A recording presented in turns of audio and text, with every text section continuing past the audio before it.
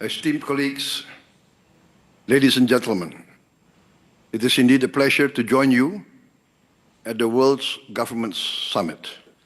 I wish I could be there in person, but my schedule made that impossible. I was just elected a few hours ago to another 5 years as General Chairman of my political party. My compliments to the organizers for their excellent work in convening this summit. Now, more than ever, the world needs platforms where leaders can share ideas and shape global events. We are at a delicate moment in history. The international landscape is evolving rapidly, marked by instability and economic protectionism. If we do not act wisely, these changes may spiral out of control. This is a time to be active architects of a future guided by peace, justice, and mutual respect. Nations, regardless of size, must uphold these principles and shield the world from unchecked conflict, whether in Ukraine, Gaza, or in other emerging crises in Africa, such as the East Congo. I once called for an immediate ceasefire in Ukraine 2 years ago, not as capitulation of one side, but as a plea for dialogue over escalation. The ongoing toll confirms that no military solution secures lasting peace. Gaza remains a profound tragedy. While a ceasefire is in place, hopes and prayers alone are insufficient. We must ensure peace prevails. Gaza has suffered enough. It is time to rebuild homes, reopen schools, and restore normalcy. Indonesia supports sincere efforts towards a just and lasting resolution, anchored in a two-state solution. The world cannot allow the cycle of violence to persist. The crises in Ukraine, Gaza, and East Congo, and other parts of Africa reflect a broader erosion of global stability. Indonesia understands rhetoric alone is insufficient to confront these challenges. Our history, rooted in the non-aligned movement and principles of equality, self-determination, and sovereignty, compels us to pursue balanced diplomacy. We strive to listen as much as we speak, forging partnerships based on trust and mutual respect. This approach guides Indonesia's participation in many international organizations. BRICS, we also apply to join OECD, CPTPP, and the Indo-Pacific Forum, advocating for dialogue among equals rather than adversaries. It also informs our relationships with major powers like the United States of America and the People's Republic of China, while safeguarding our own independence. Moving forward, Indonesia aims to strengthen its role as a force for regional stability and development, while maintaining its position as a bridge between the global north and the global south, to promote peace, cooperation, and stability.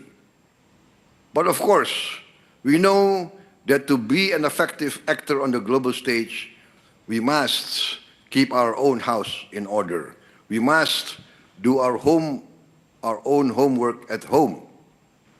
Our international influence and our ability to contribute meaningfully to global stability are linked to our own strength, our own resilience, and the economic progress and the social welfare of our nation and our people. My administration's vision for Indonesia is clear. We want to build a modern, developed nation powered by its greatest asset, its people, and our vast natural resources. Indonesia's potential is reflected in our diversity and vast geography. Our archipelago, comprising 17,000 islands and covering nearly 2 million square kilometers, is home to more than 282 million people. A vibrant mosaic of cultures and traditions. Yet, this diversity presents challenges, ensuring that every citizen has the opportunity to thrive. Our mission is to create an environment where every Indonesian citizen can access quality education, healthcare, and economic opportunities. One of our key achievements in the first 100 days of my administration has been the establishment of a fully functioning government based on talent and meritocracy. Many skilled Indonesians who had built their careers abroad are returning to serve our nation. This success was greatly aided by the smooth transition ensured by my esteemed predecessor, President Joko Widodo, to whom I extend my sincere gratitude for our long and fruitful cooperation. Among our transformative initiatives is the free nutritious meal program. Providing a nutritious meal each day might seem modest, yet when implemented across hundreds of thousands of schools, 330,000 to be exact, from remote villages to vibrant urban centers, it becomes a significant investment in our future. Our aim for this program is to cover more than 85 million children and pregnant women in Indonesia. Also, our initiative is to offer free health checks for all Indonesians. This is to promote preventive care and early detection of health issues, fostering a healthier and more productive society, and saving a lot of money. Infrastructure development, too, has been a cornerstone of our vision. Indonesia's vast and varied geography has long isolated many communities. And to bridge these gaps, we have embarked on an ambitious program in partnership with the private sector. I'm now opening the infrastructure sector to the private sector, inviting private enterprise from foreign and domestic markets.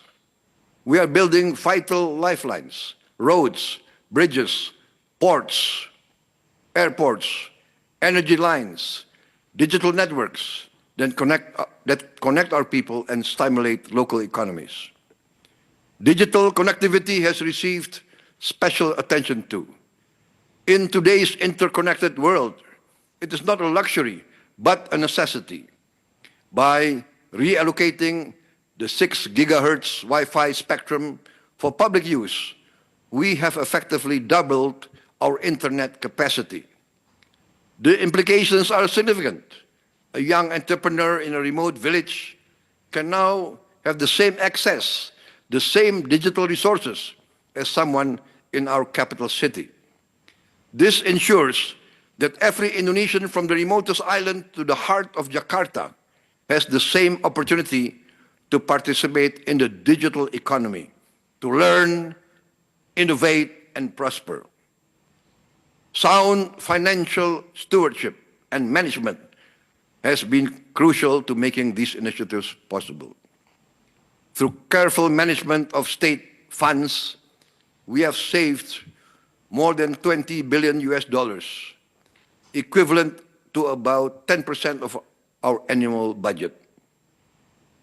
These savings that were allocated to projects and programs without a clear strategy will now be used to finance more than 20 multi-billion-dollar strategic projects that will transform the country.